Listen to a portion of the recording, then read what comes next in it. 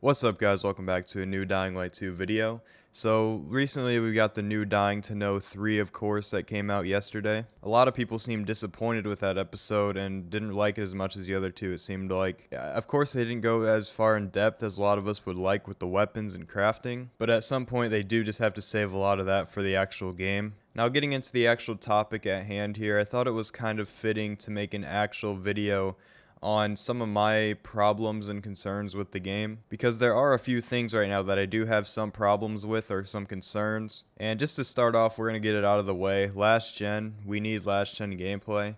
All we've really heard to this point is that last gen works fine and everything's going to be fine with it from Techland. I don't really know why we don't have last gen gameplay yet when pre-orders are out for it. I think at this point that should almost be a prerequisite before the game comes out, especially after something like Cyberpunk happened. I mean, it seems like a lot of companies should be doing something like that, in my opinion. It really just doesn't feel right that people on last gen might be getting a misrepresentation of the game. No matter how big the downgrade is, I still think there should be gameplay.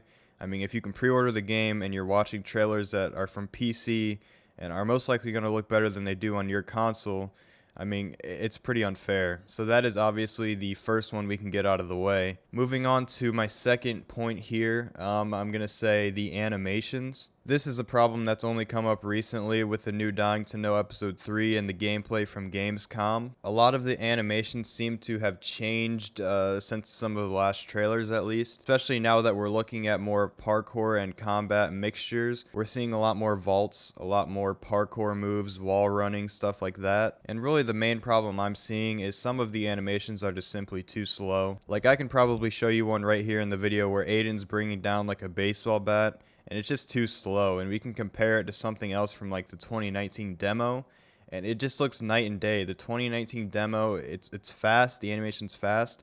Aiden brings the weapon down quick and it looks satisfying. But in the newest Dying to Know Episode 3, it's just super slow, and at this point it's unclear as to whether that's an editing thing done afterward or if that's actual gameplay. At first I did think it was only an editing thing done to the trailer, but it's looking like it's a little more on the gameplay side to me now, especially with all of these new examples we got just from Dying to Know Episode 3.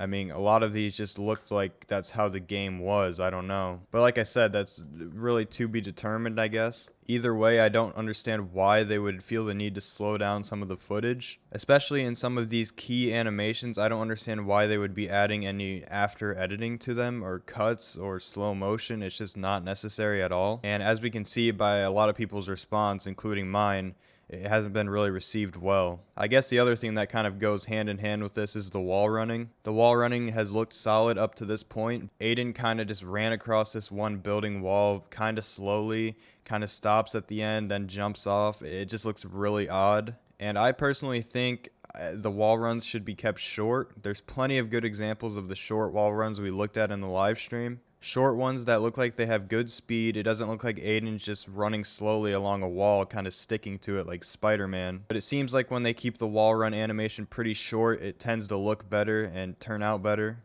And you might be saying maybe they just need to speed up the long wall runs. Well, the issue is it looks unrealistic, and if you speed up the long wall run, I mean, it basically just starts looking like something like Black Ops 3. That's pretty much the reason you can't speed it up. It just looks even more unnatural after you speed it up. I think the main problem is definitely just how long that one wall run, especially we saw, was. Like, that was absolutely ridiculous. Of course, the other complaint's going to be about Tic Tac.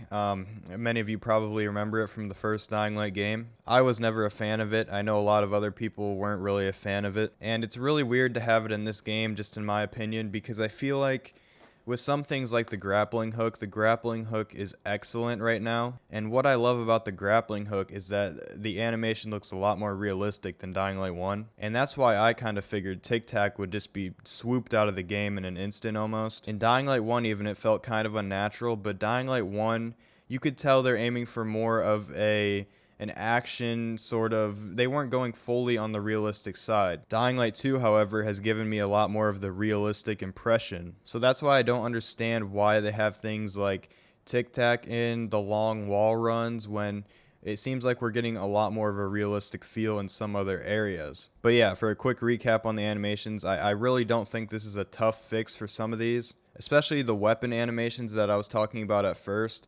I mean, it just seems like the end of them really needs sped up, or the editing on the trailer needs to be gone. I don't know what exactly caused it. Now moving on to my third point and probably my last point here, it's going to be the choice system and how much faith I have in it. At one point in Dying to Know Episode 3, the dev said there's 7 zones in the game, which we already knew, and he actually said that your allegiance to each faction didn't necessarily matter as much in each zone. He didn't exactly say it like that. I'll play the clip. What's important is that we don't need to remain loyal to just one faction.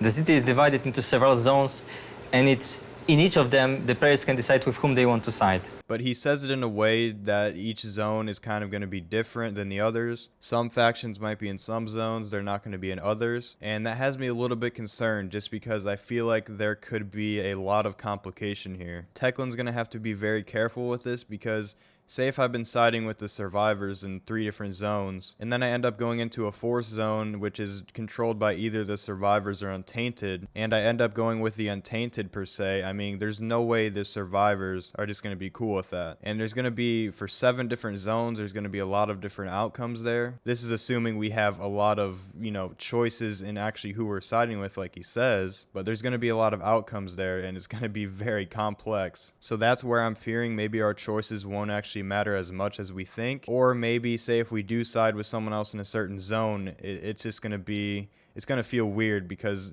the survivors wouldn't necessarily have a problem with it, I guess, per se. And that's just going to throw everything off because if I'm siding with the survivors the whole game and then in one zone I just totally go against them, it's like, how are they not going to be like, what the hell are you doing, dude?